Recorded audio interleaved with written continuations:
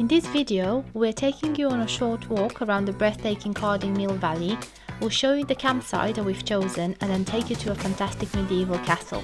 Don't miss our previous video, check the link in the description below to see how we've spent the previous day in a haunted prison. A 35-minute drive from Shrewsbury Prison will bring you to Carding Mill Valley, where you can stop for a refreshing walk.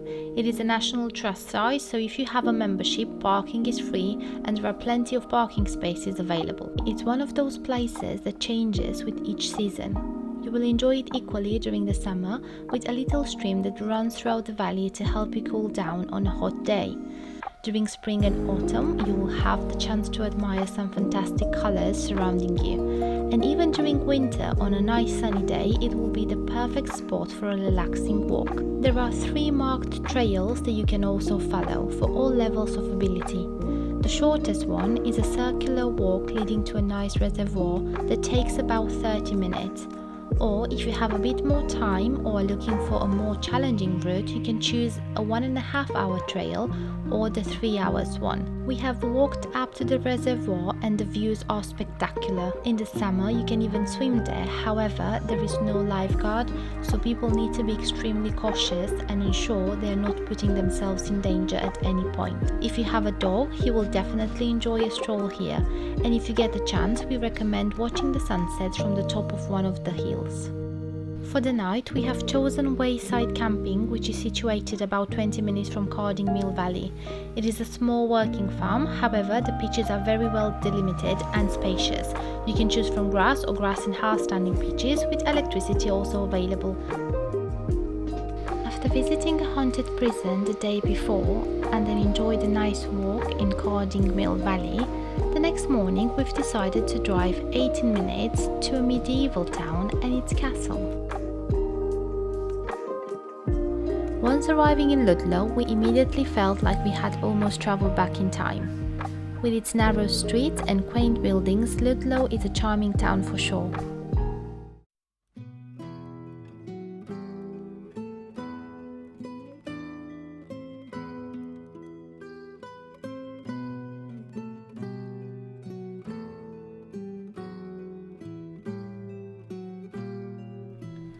Ludlow Castle offers you a taste of lifestyle of a medieval and Tudor society.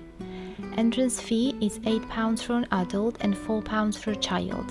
There is a well-stocked gift shop on site, a restaurant and cafe, and it's also a dog-friendly place. Its history started back in 1066. When Walter de Lacy came to England with conquering army of William the Conqueror. As a reward for William's victory, he received earldom over the land of Hereford. Today's Ludlow is part of the Manor of Stanton, which was granted to Walter, whose sons built some of the surviving parts of the castle seen today. Lordship was retained by the Lacy family until the end of the 13th century. You will be amazed to find out how much history was built around this castle, and even if you're not a fan of historical facts, you will still be impressed to find out that you can follow the footsteps of some very important historical figures. For 10 years during the 15th century, Prince Edward lived in this castle. During this time, the Council of the Marches was formed by his father, and Edward, Prince of Wales, was nominated as being responsible for the government of Wales and border counties. Did you know that for over 100 years Ludlow was seen as being the capital of Wales?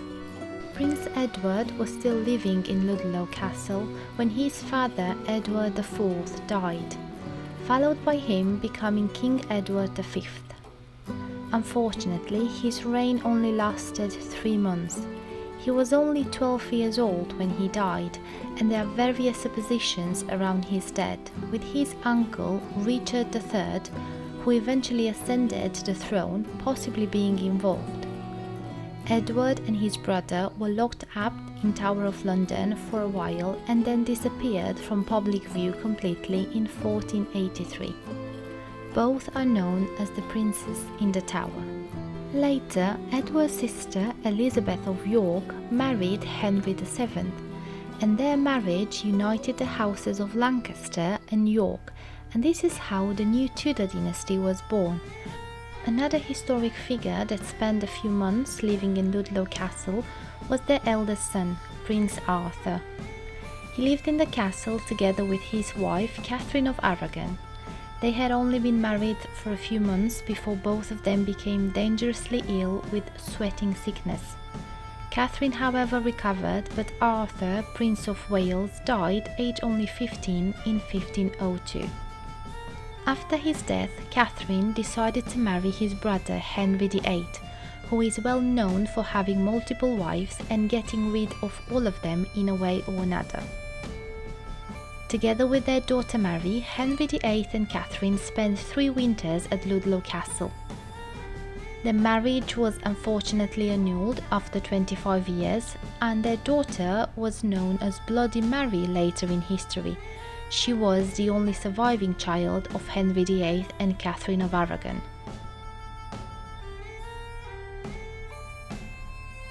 The Council of Marches, set up in early 15th century by Edward IV, was dissolved in 1641 and then reinstated a few years later, but with fewer powers, from 1660 until its abolition in 1689.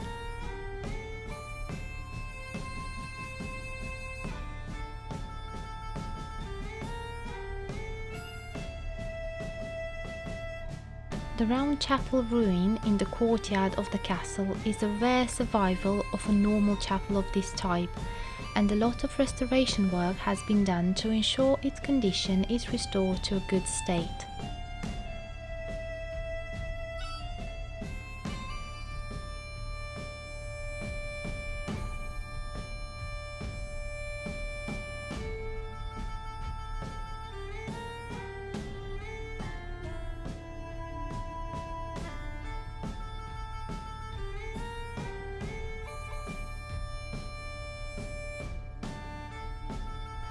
During the 16th and 17th centuries, this castle was held by the crown. However, during the Civil War, it had to be surrendered and abandoned after 1689.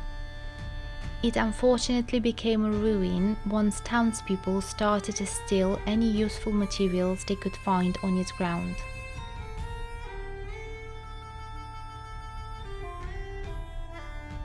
During the 18th century, the government took in consideration its demolition. However, it was too costly, so was leased to an earl in 1771, who then bought it in 1811. Ludlow Castle is not only a beautiful medieval castle ruin, but it also offers plenty of opportunities to let your imagination run wild. You can explore every inch of its buildings, discovering a new tunnel or a hidden room at every corner. This makes it a great place for the entire family to enjoy. Today, we can see the efforts of huge renovation projects during the years, which not only prevent further declining of buildings but also transform the site into a nice visiting place. There is even a wedding venue available on the site today. Wandering around the castle walls at your own pace, it's a good way to discover new details, from the interesting architectural choices at the time to the materials used. It is impressive to see over 1,000 years of history unfolding before your eyes. If you want to really understand all the details behind the history of this medieval castle, you can also purchase guidebooks from the entrance.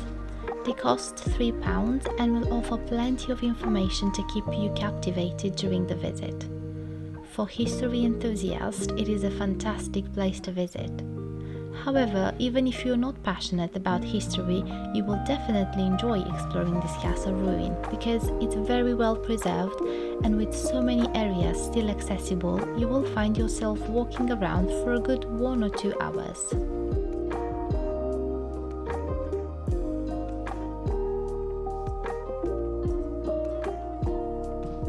There are many towers still accessible to the visitors. You'll need to use some narrow staircases to get on top of most of them. However, once you get there, the views are amazing. You might need to check beforehand because some of the towers might be closed if the weather is not favourable. There are plenty of photo opportunities during your visit. The towers offer a good view over Ludlow Castle and its grounds.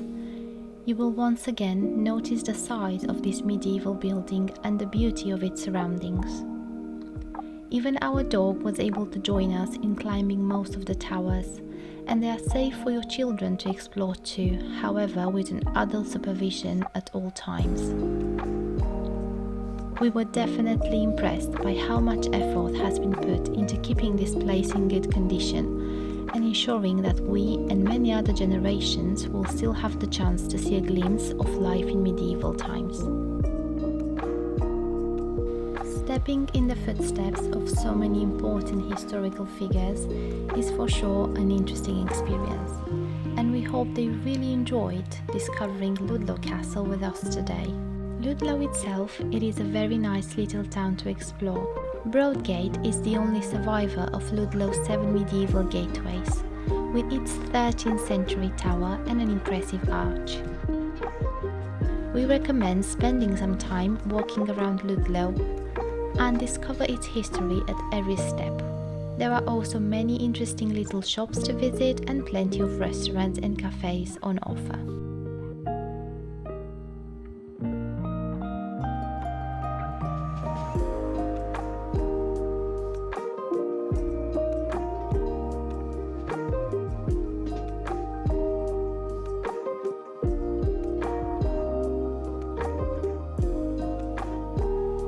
Ludlow's oldest pub is Rose and Crown Inn. There are various documents that confirm that on its site it used to be an alehouse in 1102, which again proves that you will find a piece of history at every step in this lovely town. There is also a museum that you can explore, however we did not get the chance to see it this time because it is not dog friendly. We really enjoyed admiring the beautifully preserved houses, all full of history. The town has nearly 500 listed buildings, including examples of medieval and Tudor style half-timbered buildings. They cannot be missed with their quaint looks, and Ludlow is a fantastic spot for photos for sure. We hope you have enjoyed our weekend away in Western England. We saw a haunted prison, some fantastic views in Carding Mill Valley. We had a nice campsite chosen for the night, and how you can end your weekend better than stepping it back into history, visiting a medieval castle and the town surrounding it. If you want to see more interesting places to visit and on a low budget, stay close and don't forget to click subscribe and travel virtually with us on our next adventures.